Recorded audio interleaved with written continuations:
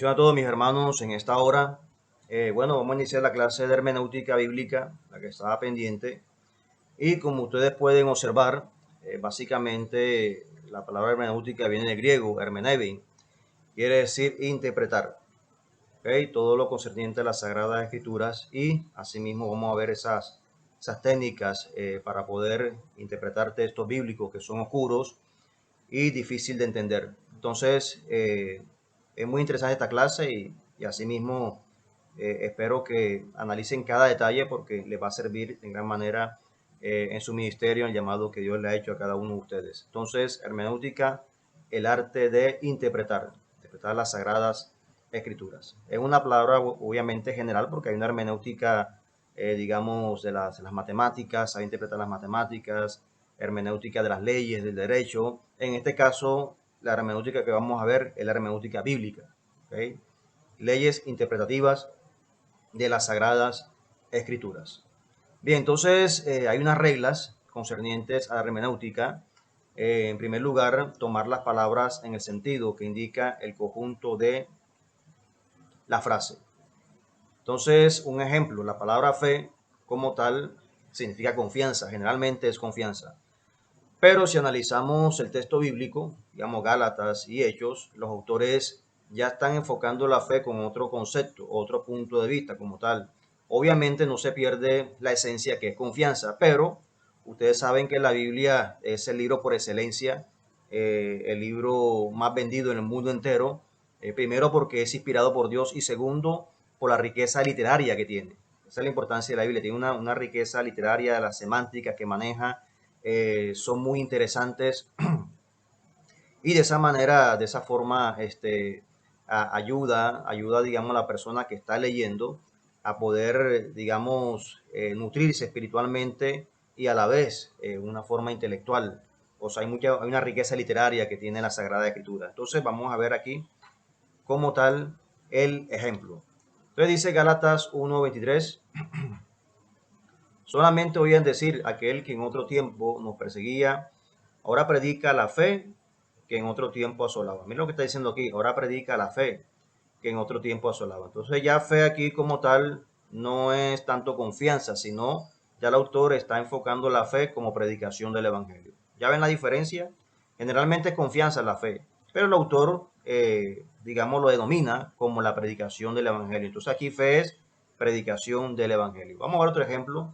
Hechos 17:31, por cuanto ha establecido un día en el cual juzgará al mundo con justicia por aquel varón a quien designó dando fe a todos con haberle levantado de los muertos. Entonces aquí dando fe es testimonio, o sea, dando testimonio con haberle levantado de los muertos. Entonces fíjese que ya fe no es, digamos, comúnmente, en este caso ya fe no es confianza, tampoco es predicación del Evangelio, sino que el autor aquí lo está enfocando como testimonio. Entonces, por eso, eso es lo bueno de la Biblia. O sea, una palabra enseguida la toma y asimismo le da, perdón, le da un contexto, digamos, escriturario, al cual le añade ciertos parámetros creativos para que de esa manera el tema como tal no se torne monótono, sino que sea, digamos, llegue como tal a una audiencia de una forma bastante contundente y asimismo armoniosa.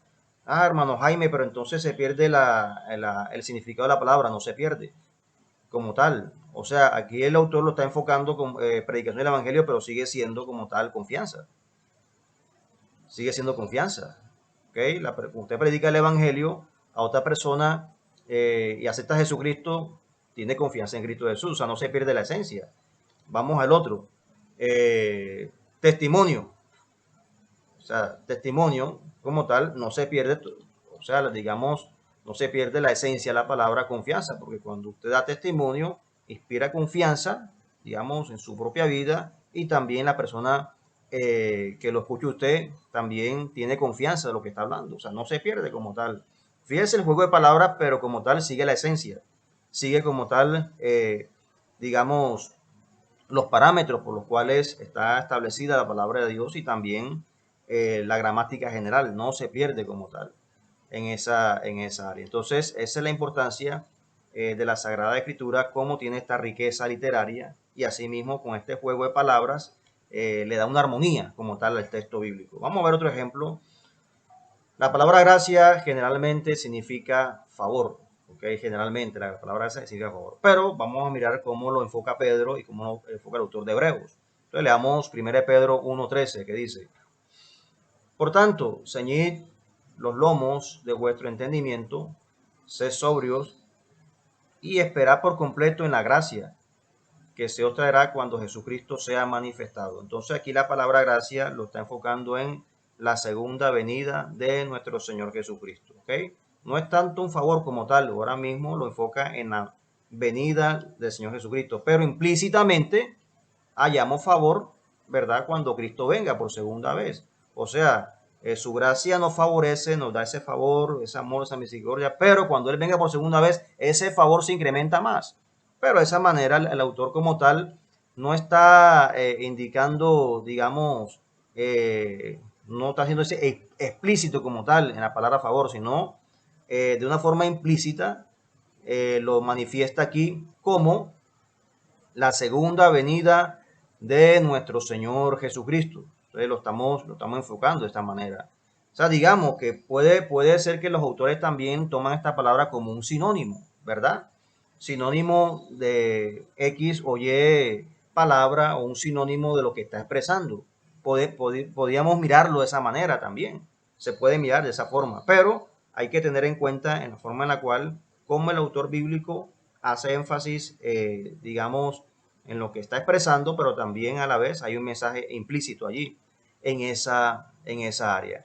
Veamos también Hebreos 13:9, dice: no os dejéis llevar de doctrinas diversas y extrañas, porque buena cosa es afirmar el corazón con la gracia, no con viandas que nunca aprovecharon a los que se han ocupado de ellas. Entonces aquí la palabra gracia, el autor la está enfocando en la sana doctrina. ¿Okay? No de llevar de doctrinas diversas y extrañas, ¿okay? Sino que la persona debe, como tal, afirmar el corazón con la gracia, no con viandas que nunca aprovecharon a los que se ocuparon en ella. Entonces, afirmar el corazón con la sana doctrina. Entonces, aquí la gracia como tal la está enfocando en la sana doctrina. Regla número 2, analizar la secuencia de la narración. Entonces, muchas veces los autores bíblicos, digamos, o cuando nosotros hablamos con una persona, o sea, digamos, un ejemplo, usted está hablando con una persona que quizás usted quiere crear una fundación en X o Y lugar, ¿verdad? De Sincelejo, en algún barrio. Y de esa manera el objetivo de esa fundación es predicar el Evangelio, que muchas personas se conviertan a Cristo, ayudar, digamos, a los ancianos, adultos mayores, a los niños, a las madres cabezas de hogar, ¿verdad? Ayudar como tal a la sociedad, ¿verdad? Pero entonces cuando usted habla con esa persona, aparentemente la conversación cambia, o sea, el tema cambia como tal. Y de esa manera, bueno, la fundación se va a hacer en este barrio, en este sector, pero hay que construir, ¿verdad? Y de esa manera hay una ferretería donde venden las varillas, el cemento bastante económico, digamos, la arena, todos los materiales de construcción y sale a este precio. Y nuevamente retornan al tema que estaban hablando al principio. Pero fíjense, entonces la fundación para predicar el evangelio y asimismo ayudar a las personas. Entonces, fíjense que el tema cambia, o sea, se cambia de tema por un tiempo, pero nuevamente se retorna a lo que estaban hablando. O sea, ¿qué tiene que ver el evangelio con varillas, cemento? ¿O qué tiene que ver la ayuda social con varillas y cemento? O sea, se cambia el tema por completo. O digamos, una ayuda a los necesitados como tal, servir al prójimo, ¿qué tiene que ver eso con varillas y cemento y presupuesto? O sea, aparentemente se cambia el tema, pero el tema como tal se desvió por un momento para dar énfasis en algo que la fundación se debía construir en X o Y lugar, buscar los ingenieros o arquitectos, pero normalmente se retoma el tema en el cual se estaba dialogando al principio. Aparentemente sale el tema, pero no. O sea, se hace énfasis en algo para nuevamente retornar en la fundación que estamos hablando. O sea, así pasa con los autores bíblicos. Uno está leyendo el texto bíblico y aparentemente el autor se sale del tema, pero no, él quiere hacer énfasis en algo, en otra cosa, y nuevamente retorna donde había hablado al principio. Entonces, un ejemplo de esto, hay muchos, pero solamente voy a tocar dos ejemplos. Y está en Efesios capítulo 3, versículo 1. El apóstol Pablo da un pensamiento aquí, una palabra, aparentemente se desvía en el versículo 2 y retoma la misma temática que habló al principio en el capítulo 4, versículo 1. Aquí lo vemos explícitamente. Efesios 3, 1 dice, por esta causa yo Pablo, prisionero de Cristo Jesús, por vosotros los gentiles. Ok, aquí hago un resumen, pero si usted lo lee allí en su casa, todo ese capítulo 3 hasta el capítulo 4, Pablo aparentemente se desvía el tema. Entonces versículo 2 toma esa temática, el 3 así sucesivamente, hasta el capítulo 4 que retorna con esta misma palabra. Vamos a leer el capítulo 4, mira lo que dice, 4.1. Yo pues preso en el Señor os ruego que andéis como es digno de la vocación con que fuiste llamado. Ok, fíjese que al principio empezó con preso en el Señor, ¿verdad? Prisionero de Cristo. Ahí aparentemente cambia de tema, usted sigue leyendo porque es bastante extenso el pasaje, pero fíjese que en el capítulo 4 retoma lo que dijo en el capítulo 3. En el capítulo 4.1 retoma lo mismo que dijo en el capítulo 3, versículo 1. Fíjese, es lo mismo prácticamente. Yo pues, se dice lo mismo, yo pues preso en el Señor os ruego que andéis como es digno de la vocación con que fuiste llamado. Yo pues preso en el Señor, y aquí también dice prisionero de Cristo. Entonces hay que tener en cuenta eso, mis hermanos, a la hora de hacer una interpretación bíblica. Cuando el autor aparentemente cambia de tema para hacer énfasis en algo y nuevamente retoma 10 versículos más adelante, o quizás 20 versículos más adelante, o quizás 2 capítulos más adelante, retoma el tema que dijo 3 capítulos atrás. Entonces eso hay que tenerlo en cuenta a la hora de interpretar la Biblia. Otro ejemplo que les pongo aquí, Romanos, capítulo 2, del 13 al 16. Miren lo que dice. En rojo es con que empieza el apóstol, ¿verdad? Dice, porque no son los oidores de la ley, porque no son los oidores de la ley los justos ante Dios, sino los hacedores de la ley serán justificados. ¿Ok? Entonces, ¿cuándo serán justificados ellos? No lo dice enseguida. Él aparentemente cambia aquí de tema el versículo 14, mira lo que dice. Porque cuando los gentiles que no tienen ley hacen por naturaleza lo que es la ley, estos, aunque no tengan ley, son ley para sí mismos, mostrando la obra de la ley escrita en sus corazones, dando testimonio su conciencia y acusándoles o defendiéndoles sus razonamientos. Mire lo que dice el rojo. Nuevamente aquí el texto bíblico que está escrito en rojo, retomando lo que está diciendo en el versículo 13 como tal. Entonces, mire lo que dice. En el día en que Dios juzgará por Jesucristo los secretos de los hombres conforme a mi evangelio. Entonces está aquí retomando lo que dijo en el capítulo 13. Porque es que la frase la dejó inconclusa. Si no, los hacedores de ley serán justificados. Será en un futuro, pero ¿cuándo? No te está afirmando, no te dice a qué hora o qué fecha o en qué momento estas personas hacedores de ley van a ser justificados. No lo dice.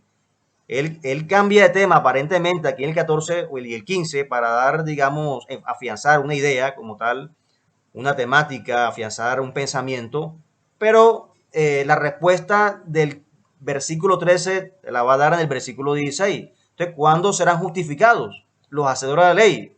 El versículo 16 te da respuesta, en el día en que Dios juzgará por Jesucristo los secretos de los hombres conforme a mi evangelio. Entonces, fíjese que aquí el apóstol da la respuesta 2 versículos más adelante, pero hay otros autores que dan la respuesta 15 versículos más adelante, 20 versículos más adelante o quizás 2 capítulos más adelante. Entonces, hay que tener en cuenta esto, mis hermanos, a la hora de hacer una interpretación bíblica y de esa manera cuando el autor cambia de tema, aparentemente cambia de tema para afianzar una idea y más adelante retoma la temática cuando está haciendo la exposición de como tal el texto bíblico, los pasajes, lo cual está explicando. Entonces, eso también, mis hermanos, hay que tener en cuenta esa regla hermenéutica, ¿ok? Analizar la secuencia de la narración, analizar la secuencia de la narración al cual el texto se está estudiando y asimismo se está haciendo énfasis en esa área, ¿ok? Regla número 3, tomar el designio del libro, pasaje en que ocurre las palabras o expresiones oscuras. Entonces, esto tiene que ver con el contexto. Entonces, para esto, mis hermanos, hay que saber de geografía bíblica, hay que saber de la cultura general, de los tiempos bíblicos, la política que se manejaba en esos tiempos, qué imperios gobernaron a Israel en el Antiguo Testamento, qué imperios gobernaron a Israel en el Nuevo Testamento. Todo eso, mis hermanos, hay que saberlo. Qué comían, qué se alimentaban las personas, cómo era el clima de esa época. Todo esto es necesario para hacer una sana interpretación de las Sagradas Escrituras. Sabemos que en el Antiguo Testamento muchos imperios, ¿verdad? Estuvieron allí, digamos, gobernando Israel, Babilonia, los asirios cuando también invadieron a Israel del norte, eso hay que tenerlo en cuenta. Eh, Al principio Egipto también fue, digamos, un imperio que subyugó también al pueblo judío, el imperio egipcio. Más adelante los griegos también llegaron y subyugaron a los judíos. Ya para la época de posterior a Malaquías, ahí ya los griegos empezaron a gobernar a los judíos. Ahí entre Malaquías y Mateo, ahí estaba prácticamente el imperio griego. Y posteriormente en el Nuevo Testamento estaba el imperio romano. Entonces, todas estas cosas, mis hermanos, hay que saberlas interpretar, hay que saberlas analizar. Las sectas, eso lo vamos a ver más adelante en el Nuevo Testamento, pero qué sectas religiosas y qué movimientos políticos habían en los tiempos de Cristo. Recordemos que estaba vigente como tal en ese tiempo los saduceos, que era un grupo de sacerdotes conformado por el sacerdote Sadoc, más o menos para la época entre Malaquías y Mateo, y de esa manera este sacerdote Sadoc, como tal, un sumo sacerdote de esa época, fue un erudito, un hombre muy sabio, y de esa manera, cuando él muere, sus seguidores en honor a él le ponen los saduceos, o sea, seguidor de ese sacerdote. Entonces, estas cosas hay que saberlas. Estaban también los celotes. Los celotes eran un momento revolucionario también de esa época. Como tal, eran, digamos, como los guerrilleros de esa época. Incluso Jesús tuvo un discípulo llamado Simón el Celote. Y de esa manera, obviamente, él se convirtió, porque los celotes básicamente eran personas sanguinarias y estaban en contra del ejército romano. La palabra celote viene de una derivación de un arma romana que se llamaba sica, es como especie de una navaja, algo así, una daga, y con esta daga estos celotes mataban a los soldados romanos. ¿Okay? De ahí viene la palabra sicario. O sea, la palabra que usted conoce hoy en día, el sicariato, el sicario, viene de allá, de esa época. Porque ellos usaban la sica. La sica era una daga, una navaja con que mataban a los soldados romanos. Es más, hasta a veces le pagaban para matar a los soldados. Ellos estaban en contra del imperio romano. Entonces, de ahí viene la palabra sicario que conocemos hoy en día. Entonces, pero ¿cómo sabemos esto? Cuando estudiamos hermenéutica bíblica. Cuando estudiamos hermenéutica bíblica. El caso de también los fariseos. Una cosa son los fariseos y otra cosa son los saduceos, ¿ok? Los fariseos era otro grupo político también. Y de esta manera los fariseos pertenecían al Sanedrín. ¿Qué era el Sanedrín? El Senado de Israel. ¿Ok? Entonces, ¿qué pasa? Que los fariseos, como tal, en su mayoría eran todos rabinos. Todos ellos eran rabinos, como tal. El grupo de los fariseos. Jesucristo se diferenciaba de ellos porque Jesús era rabí. O sea, una cosa es rabino y otra cosa es rabí. Entonces ya el rabí es maestro de maestros como tal. ¿Ok? El rabí es maestro de maestros.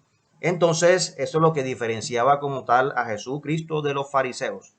Una cosa es rabino y otra cosa es rabí. Y ya el rabí era otra línea como tal, digamos, religiosa y espiritual en Israel. Y de esa manera cualquiera no podía ser un rabí como tal. Eh, entonces hay que tener en cuenta esto, mis hermanos. Fíjese que Pablo pertenecía a la línea de fariseos. Pablo fue fariseo de la tribu de Benjamín.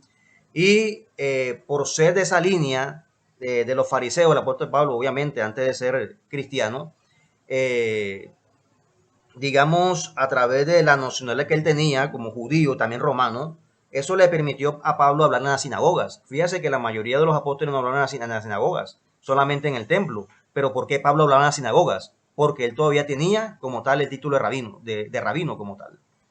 Y fíjese, y predicaba en la sinagoga el apóstol Pablo, y no solamente en Jerusalén, sino en las otras sinagogas, en Roma, en Corintio, en las otras ciudades de otros países.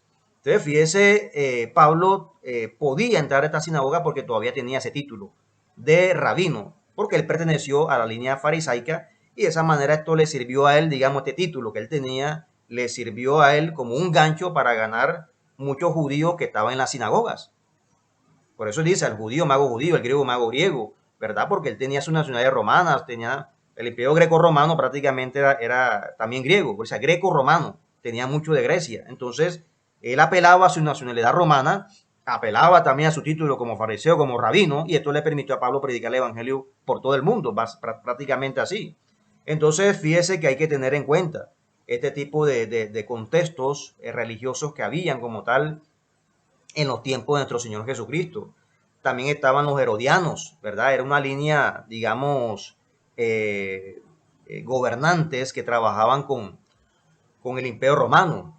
Algunos eran, digamos, algunos eran líneas de parentescos y otros también porque se le catalogaba ese nombre. Entonces recordemos que el Herodes que manda a matar a los niños para los tiempos de Jesucristo, ¿verdad? Para el nacimiento de Cristo, es diferente al Herodes que manda decapitar a Juan el Bautista, ¿verdad? Y también Herodes Antipas, al cual, digamos, eh,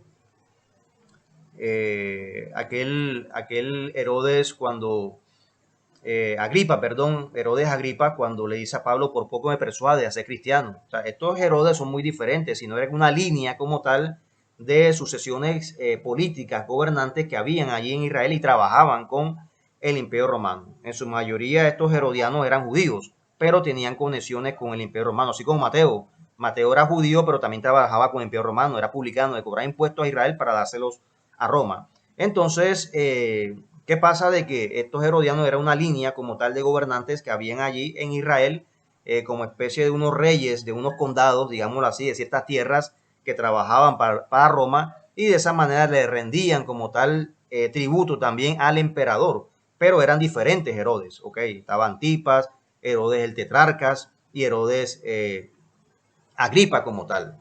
Entonces hay que hacer la diferencia de estos tipos de Herodes que había en ese tiempo. Entonces fíjese, son las diferentes comunidades que habían allí en los tiempos de Israel y también asimismo diferentes connotaciones políticas, también contextos ideológicos que había en ese tiempo. Hay que saberlos analizar. Los helenos también. Los helenos era una comunidad, digamos, como eran ascetas, vivían apartados en el desierto y de esa manera esta comunidad religiosa eran judíos bastante ortodoxos, digámoslo así, apegados a la ley, y muchos de ellos vivían en cuevas, vestían piel de camello y se alimentaban de miel y langosta, dicho por el historiador Josefo. Josefo fue un historiador judío para la época digamos, estamos hablando de años 70 después de Cristo, muy contemporáneo de los apóstoles, y de esa manera Josefo, un historiador judío, pero que también él trabajó también con Roma. ¿Okay? Josefo tenía algo que él le arreglaba los discursos a los emperadores romanos. Mira ese hombre tan sabio que era, que él le decía a los emperadores, para un discurso debes decir esto, no puedes decir, o sea, imagínense, era un hombre muy erudito, Josefo, y hasta la fecha José fue muy respetado por las grandes universidades en el mundo entero. José fue leído en Harvard en la actualidad. José fue leído en Oxford. Es leído en Cambridge. O sea, en las grandes universidades del mundo, José fue leído. O sea, estamos hablando de una persona bastante erudita. Y Josefo dice que los helenos vivían de esa manera. Comían langosta, miel y de esa forma también vestían como piel de camello. Entonces, al parecer, Juan el Bautista pertenecía también a esta comunidad de los helenos. Juan el Bautista, porque la Biblia dice que él se alimentaba de langosta, miel silvestre y también vestía con piel de camello. Entonces, fíjese que es bueno saber estos contextos culturales, mis hermanos, para esa manera hacer una sana interpretación de las Sagradas Escrituras. A veces también he escuchado predicadores que confunden el monte Sinaí con el monte Oreb y creen que son dos montes diferentes, dos montañas diferentes, y es la misma, sino que es una montaña que tiene dos picos, uno se llama Sinaí y el otro se llama Oreb, pero es el mismo monte, ¿ok? Es la misma montaña, o sea, un lugar con diferentes nombres, pero es la misma montaña, ¿ok? Entonces hay que tener en cuenta eso, como la Sierra Nevada. La Sierra Nevada es una montaña, pero tiene ciertas, digamos, ciertos picos. Entonces le pone el pico Colón, el pico Sion Bolívar, así sucesivamente, pero es la misma montaña, más o menos. Entonces hay que tener en cuenta los contextos geográficos, los contextos culturales, políticos que había en esa época para hacer una sana interpretación de las Sagradas Escrituras. Bien, vamos a analizar ahora unas figuras retóricas también plasmadas en la Biblia. En primer lugar, vemos la metáfora, una figura retórica de pensamiento por medio de la cual una realidad o concepto se expresan por medio de una realidad o concepto diferente, con lo que representado guardas cierta relación de semejanza.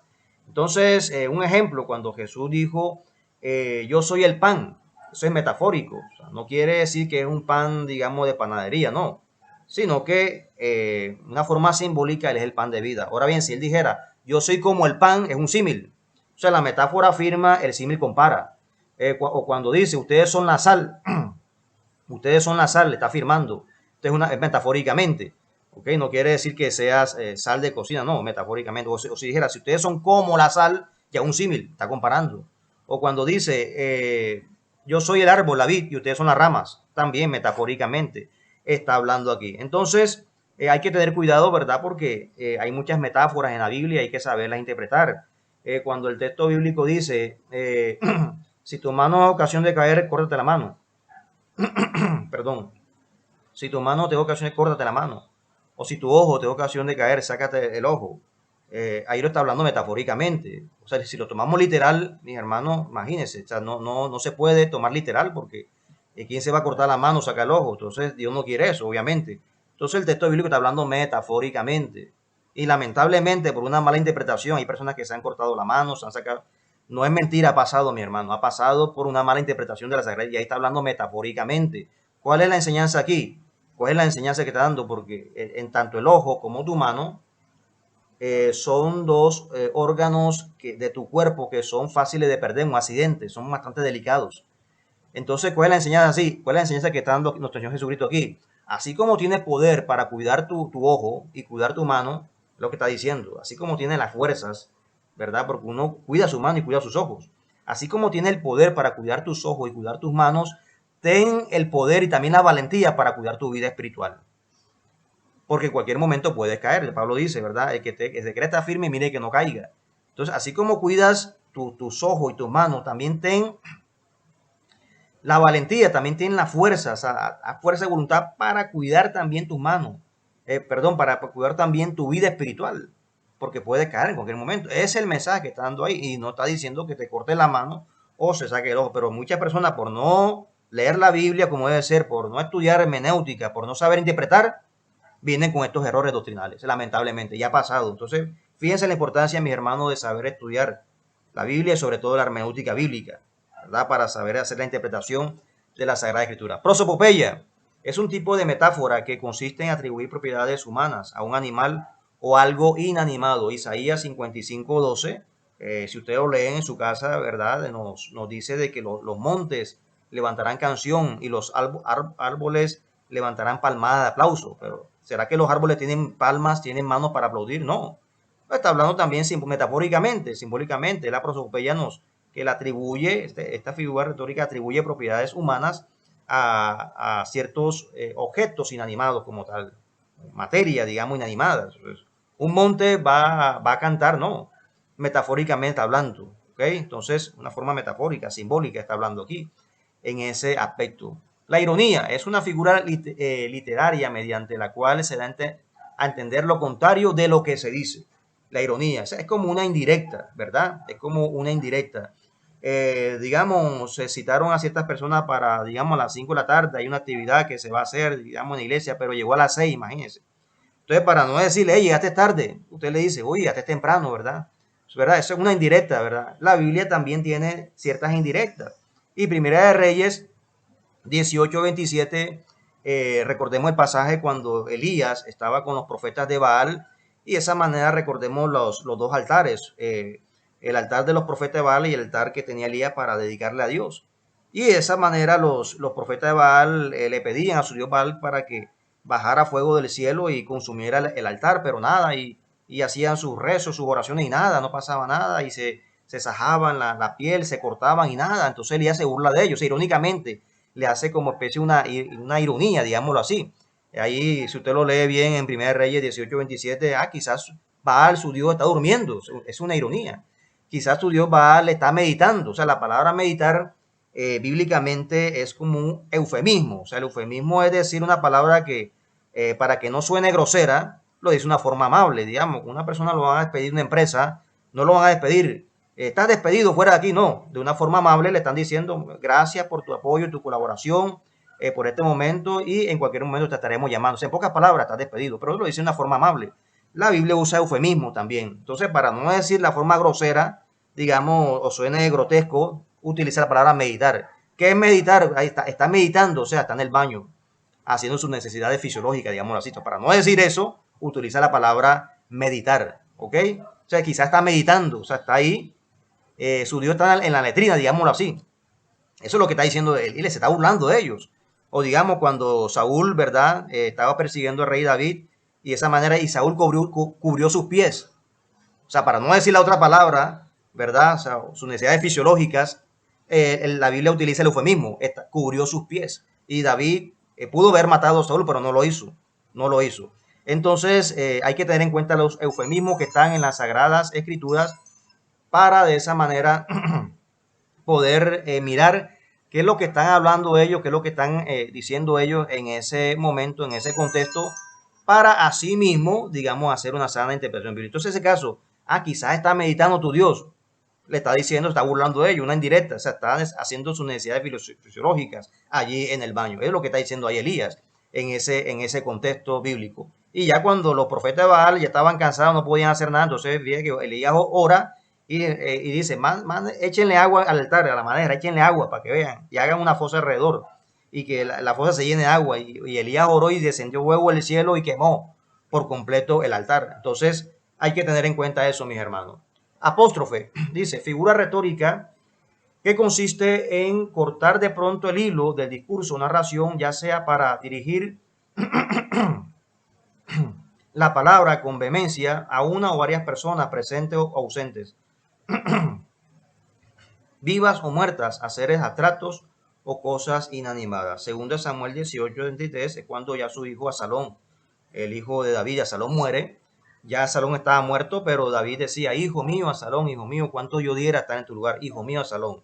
Es como si Absalón estuviera vivo, pero no, ya él estaba muerto, pero es la forma en la cual él hace esta expresión apóstrofe, ¿verdad? Cuando y hoy en día una persona se muere, ¿verdad? Y golpea en el cajón, ay, ¿por qué te fuiste? Nos dejaste, como si el muerto estuviera escuchando, pero no, es un apóstrofe que hace la persona allí. O digamos, va a encender el carro y el carro no enciende, pero dice, oye, enciende, enciende, como si el carro escuchara. Es un apóstrofe como tal. Entonces, ahí lo vemos, también la Biblia tiene esta figura retórica. Climas o gradación, figura que consiste en juntar en el discurso palabras o frases que con respecto a su significado vayan como ascendiendo o descendiendo por grados. Entonces, esto también es importante, está en la Biblia, pero también nos ayuda a nosotros en la hora de predicar la palabra de Dios. Entonces, siempre es bueno, mi hermano, que cuando vayamos a predicar la palabra de Dios, hagamos un clima y una gradación. O sea, como un clima es ir subiendo y después ir bajando, degradando. O sea, siempre recomiendo que utilicen palabras nada más, palabras claves, ¿ok? A la hora de uno predicar, hablar, a la hora de uno, digamos, expresarnos, ¿verdad? Siempre utilizamos todo lo que conocemos como las preposiciones, los artículos, las frases transicionales, ¿verdad? Y eso es bueno en la oración, ¿verdad? Todo eso es bueno en la oración para poderlo mencionar. Pero entre menos artículos nosotros utilicemos, mucho mejor. Usted sabe que los artículos es las, un, una. Entre menos lo utilicemos, es mejor. Las preposiciones también. Entre menos utilice preposiciones, mucho mejor. La que nosotros conocemos, por, como, hacia. También, entre menos las utilices, es mucho mejor. Solamente palabras como tal. Solamente las que utilices palabras o frases transicionales de esta manera, por consiguiente, sin embargo, entre menos lo utilices, mucho mejor. Ok, solamente palabras como tal. Un ejemplo, si yo voy a hablar de las pruebas, si yo voy a hablar de las pruebas, un ejemplo. Entonces usted comienza su predicación. Hermano, en medio de la crisis que pasa el mundo, a veces vemos hambre, angustia, dolor, enfermedad, pobreza, crisis. O sea, fíjense, solamente palabras estoy diciendo. Sí, voy a utilizar lo que les comenté, o sea, la gramática, lo que utilizamos en nuestra semántica, ¿verdad? Artículos. Si hay que utilizarla para que la oración, digamos, esté bien como tal, lo que nosotros estamos, digamos, hablando como tal. Pero a la hora de predicar, de enseñar, siempre es bueno que usted utilice palabras claves como tal. Y eso impacta más. Entonces usted va subiendo por grados. Y ahora vamos a un ejemplo de Pablo. Va subiendo por grados.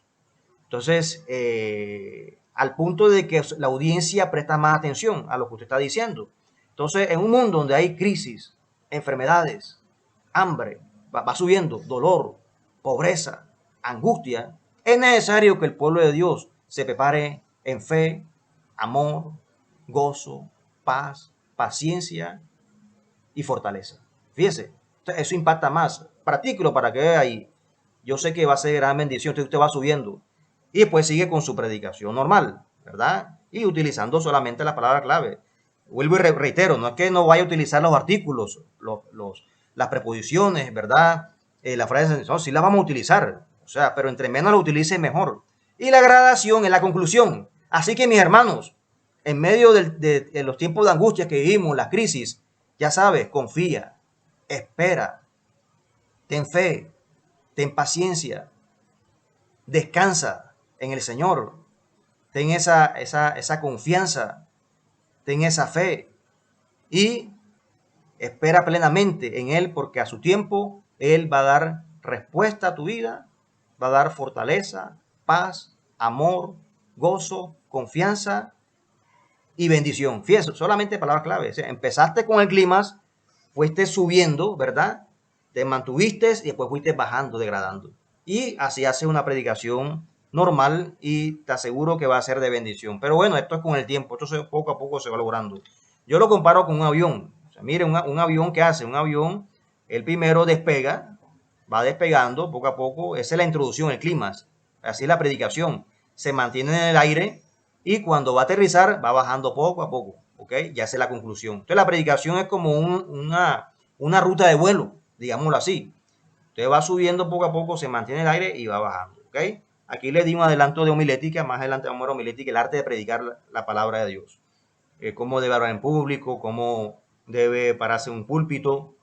Y entonces eso lo vamos a tocar. Y asimismo, mis hermanos, un tema muy interesante. Obviamente, una cosa es la hermenéutica y una cosa es la homilética. La hermenéutica es lo que estamos viendo, cómo interpretar. Y la homilética, cómo expresarse ante un auditorio. ¿Okay? Cómo hablar en público, cómo manejar la voz, cómo manejar el diafragma, todo eso es importante. Entonces, pero vamos a ver más adelante la homilética. Aquí le estoy dando un adelanto de homilética. Esto ya tiene que ver con homilética, pero quise dar este énfasis aquí porque la Biblia también tiene como tal homilética y también tiene como tal esta figura retórica de lo que es el clima y la gradación, está aquí plasmada. Vamos a un ejemplo de clima y gradación, Romanos 8, 28, 29. Pablo dice, y sabemos que a los que aman a Dios, todas las cosas les ayudan a bien. Esto es, a los que conforme a su propósito son llamados. Esa es la introducción que él hace.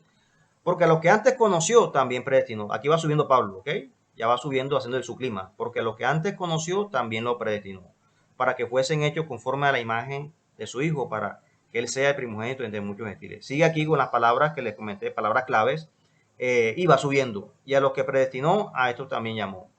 Y a los que llamó, a estos también justificó. Y a los que justificó, a estos también glorificó. ¿Ok?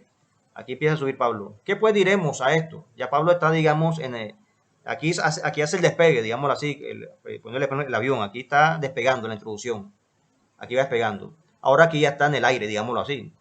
¿Quién nos separa del amor de Cristo? Tribulación, angustia, persecución, hambre, o desnudez, o peligro, espada. Como está escrito, por causa de ti somos muertos todo el tiempo. Somos contados como ovejas de matadero. Antes, en todas estas cosas somos más que vencedores por medio de aquel que nos amó. Antes, en todas estas cosas somos más que vencedores por medio de aquel que nos amó. Por lo cual estoy seguro. Es lo que dice. Ahora ya Pablo va a descender. Pablo ya va a aterrizar. Va a hacer la conclusión como tal. Es lo que dice, por lo cual estoy seguro de que de que mira las palabras, ni la muerte, ni la vida, ni ángeles. Fíjate, ya está quitando, aquí incluyó preposición, artículo, pero aquí ya, como tal, solamente vemos un solo artículo. Y aquí ya está quitando como tal ciertos artículos, o sea, lo incluye y a veces lo quita. Pero como les dije al principio, entre menos artículos usted incluya, o preposiciones o frases adicionales mucho mejor. Y aquí Pablo mira la conclusión para ya dirigirse a la audiencia y asimismo que la audiencia quede ya, digamos, bastante persuadida. Mire lo que hace aquí lo ve. Ni la muerte, ni la vida, ni ángeles, ya está concluyendo, ni principados, ni potestades, ni lo presente, ni lo porvenir, ni lo alto, ni lo profundo, ni ninguna otra cosa creada nos podrá, ya ahora aquí ya se empieza a meter artículos y preposiciones, a incluirlos, y ninguna otra cosa creada nos podrá separar del amor de Dios que es en Cristo Jesús, Señor nuestro. Imagínense. Entonces ahí lo vemos plasmado, mis hermanos, en las Sagradas Escrituras. Entonces, bueno, vamos a dejar hasta aquí, mis hermanos, y para la próxima clase de hermenéutica vamos a mirar lo que es la exégesis diacrónica y sincrónica de las Sagradas Escrituras. Exégesis sincrónica y diacrónica de las Sagradas Escrituras. Esa es la tarea. Y para esto lo van a presentar en la ciudad de Sincelejo, ¿ok? Ya para el mes de noviembre voy a estar en Sincelejo, 21 de noviembre voy a estar allá. Y de esa manera vamos a seguir con la clase y asimismo poder apreciar más lo que Dios quiere enseñarnos a través de su palabra.